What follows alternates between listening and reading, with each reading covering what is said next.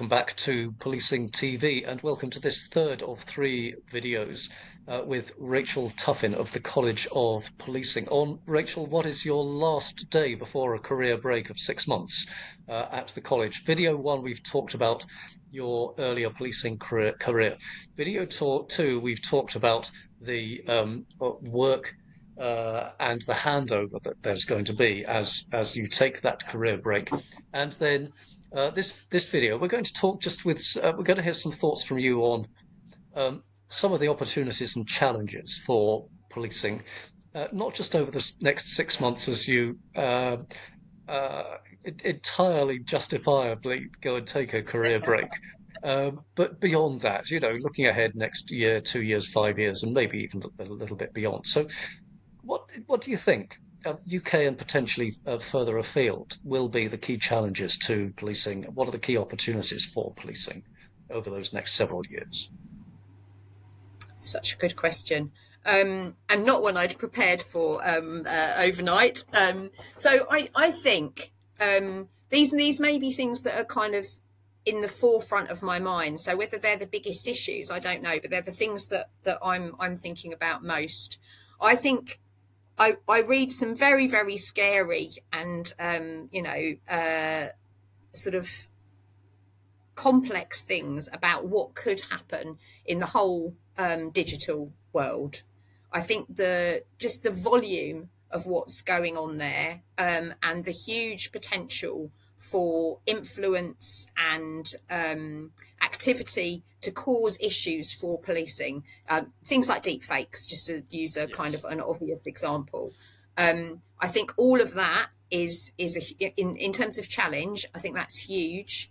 And there are big societal challenges, all the big arcs of things that affect everything else. Of course, all of those things affect policing. And I think that's why it's such a fascinating area to work in, because when you work in policing, everything touches policing, and there's a policing element that connects to everything out there in wider society. So the big picture things that are going on out there are all affecting us. I think I kind of, because I'm quite Pollyanna, to use the sort of old-fashioned phrase, I'm a glass half full, tend to be optimistic type person. At the same time, I'm always trying to think about the opportunities. And what I'm seeing inside policing is, we spoke in a previous video about pace of innovation and innovation in policing. I think not only is innovation kind of happening even more than it ever did, that we're getting better at harnessing it quickly and working out which things to accelerate together, and getting better at working together as a system, and even internationally, and sharing things internationally than we used to be. There's lots of reasons for that. That's the positive side, of course, of all my ability to talk to you today via this medium, our ability to talk to people overseas. I think you're somewhere else, aren't you, Bernard? You're not even in Southeast Asia at the moment. Yes. Well, there we go. Yeah. So all of that is amazing, really. And all of that allows us to learn from each other much, much faster. And I think that's another part of the shift I think I've seen in policing over the past 20 years, slightly more than that, 25, is how collaborative and how focused on learning policing has become over that time. I think, it used to be, you would never have kind of said, I don't know, or wanted to say, I don't know, as an answer to a question. People are now much more willing to say, don't know the answer to that, but I know a person that does. And to be much more focused in that way. I was looking at our, I'll do a little plug. I was looking at our leadership learning hub just the other day, because I saw that one of the team had won, or a group of people had won an award, or in the running for an award with Penny Haslam from TV World. She's been doing some work with them on growing confidence, personal confidence. It's based on some work she does called A Bit Famous. I think anyway, they've done this webinar, and it's there available for everybody in policing in England and Wales to use. So if they go to leadership.college.police.uk, if they haven't got an account, they should log in there. There's masses of resources in there all of that availability. So you don't have to be at an event, just when you've got time, you can watch a really interesting webinar and have it create thoughts for you. I think that willingness to acknowledge, I don't know, we have TAC advisors now, the senior leader is, yes, they are paid to make the decision and take the risk, but they also are much more likely to say, I don't know the answer to that. This person can help. And for that not to be seen as a weakness, for that to be seen as a sign of strength. One of the you mentioned fakes early on in Mm, that exposition of opportunities and threats, and one of the things that has uh, struck me my career's been 35 years in policing now, and I had a career outside policing even before that. It's increasingly challenging for me to keep track of all the new approaches and social media, for example.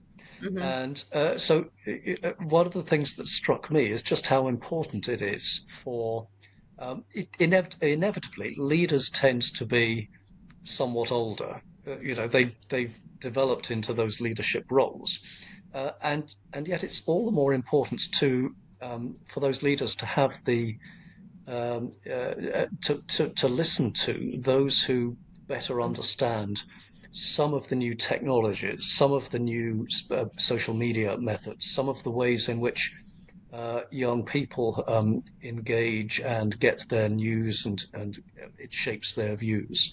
Um, and I've picked up on this change in policing leadership, not just in the UK, but more widely, where back in the 90s, it was a far more command structure Yeah. orientation, far more, tell and you will do. And leadership in policing now seems to be far more prepared to listen to and accept, even encourage alternative views to the leader's way of doing things. Is that something that you also see at the moment, and is that something that you see developing still further?